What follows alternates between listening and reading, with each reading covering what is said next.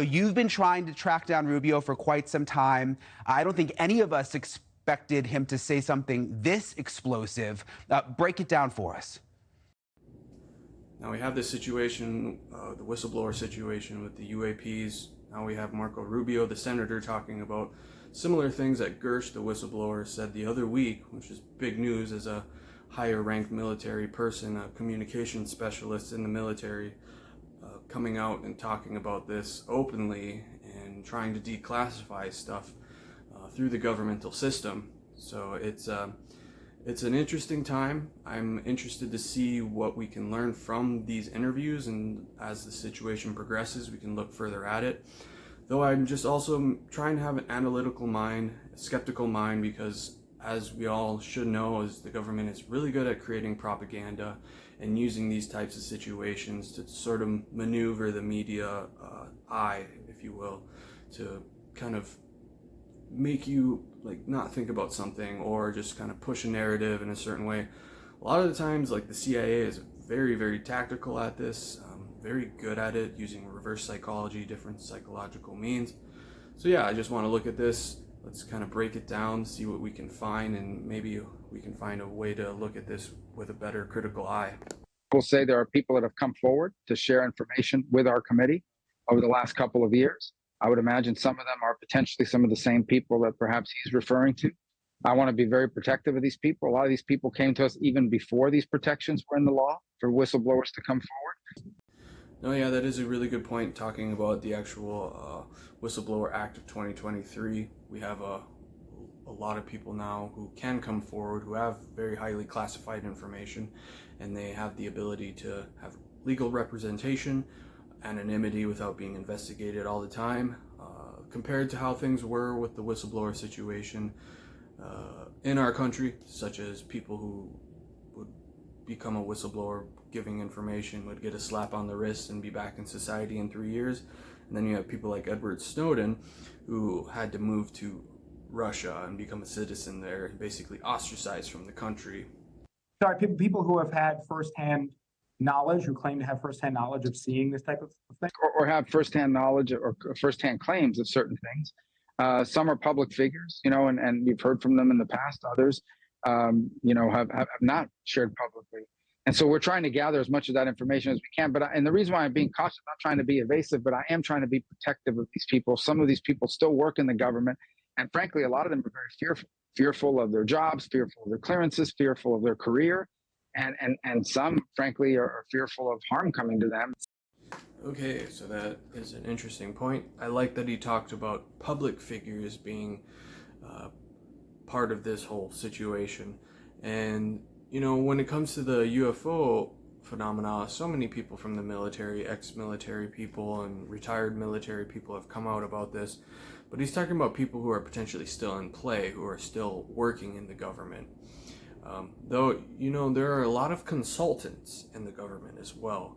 The biggest thing I go to when he says this is potentially something like Tom DeLonge, which, he was instrumental in the actual disclosure of a lot of information, potentially a large piece to the puzzle that had the Pentagon coming out and actually disclosing so much of the information that was already there and just saying, yes, we don't know what it is, it's a UFO, UAP, whatever. So, it's interesting that he says public figure. Also, Tom DeLonge worked with Anthony Podesta and other people like higher up in the whole situation.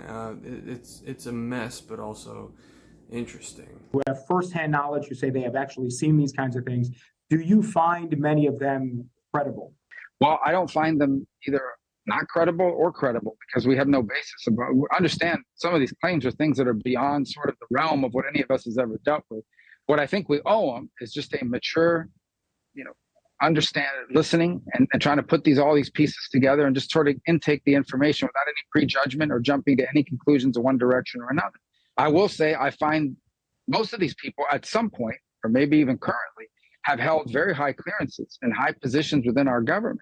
So you do ask yourself, like, what incentive would so many people with that kind of qualification, these are serious people, have to come forward and make something up? Now, it's interesting hearing about this from a senator and then a military communications specialist, the whistleblower Gersh, last week. And their stories, or 2 weeks ago, but their stories really kind of connect, sound very similar. Sounds like they potentially talk to the same people. And the more this comes out, I'm really interested to see how it unfolds. Unfortunately, though, there are certain parts that I am skeptical of, especially the part where he says, why would they lie about it? Or when Marco Rubio said in this part of the interview, why would these higher-ups lie about a situation like that? And I know he seems like he's coming from a place that is, unbiased, trying to look at things fully, but really looking at how people use speechcraft. If you play Skyrim, you get it. People, how they use words, as government officials specifically, they try to keep things very open-minded, very open-ended. It's a very common political tool. People like Tim Pool use it all the time, trying to stay center as much as they can. Though if you really listen, you can kind of really feel the hint towards an obvious bias, which is fine. Every human has a bias, but when people play coy or try to lie about things, then it becomes a potential issue. And I can't say that for sure also, but knowing Marco Rubio as former presidential candidate, people like that are really good at using these types of situations, any ploy that can potentially lift their governmental campaign or their basic social person, their character that they have to really get more votes, etc. Though I know Marco Rubio has been pretty adamant about the UFO situation and disclosure, which is cool. I respect that, even though I might not respect his politics, but I appreciate the fact that he is talking about it. Though regardless, we really have to be careful. We're treading in some water here, and let's keep going. Yeah, it's just remarkable that he is saying that other whistleblowers have come forward. And what you mentioned, I think, is what really makes this interesting, that these are people with firsthand accounts. Of course, when we had the exclusive with David Grush, this was information, he's a high-level intelligence officer, but that he was hearing from other colleagues who he worked with. Now Rubio is saying that he is getting firsthand accounts from other high-level officials. I just want to remind people what David Grush told us 3 weeks ago when we had the worldwide exclusive here on NewsNation about this secret government program. I want to play again for people exactly what Grush said. When you say crash retrieval, what do you mean? These are retrieving non-human origin technical vehicles, call it spacecraft if you will, non-human, exotic origin vehicles that have either landed or crashed. We have spacecraft from another species. We do. So this is where the actual interview screams propaganda to me. The way he's talking about it, we know he was in the Air Force and he was a high official in intelligence. He has a background in intelligence, very high background on that, so we have to really be careful what he's saying. And the way he's talking about secondhand counts as well from the people that he knew in the government. And then at the end here, at the last part before this, where he was asked, so we have spacecrafts and aliens on the planet. And he said, we do. That's an objective statement, and that is really plausible for potential propaganda, even if what he's saying is true, which probably is. The way he's saying it is in a disingenuous way, which the government will use. So people are going to pick that apart, and they're going to see it as that, even though what he's potentially saying is the truth.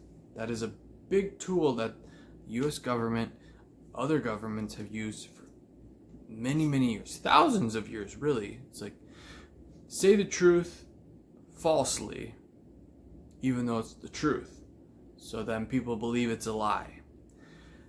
Potentially that is what's happening. Can't say for sure. Like I said before, we're going to have to wait for all this stuff to come out to really understand what's going on, but what he just said there, like, yeah, that I don't believe somebody in the military or like information specialist would say something in that way objectively through a secondhand means of understanding, unless there's more to know. So I don't know. Let's keep paying attention.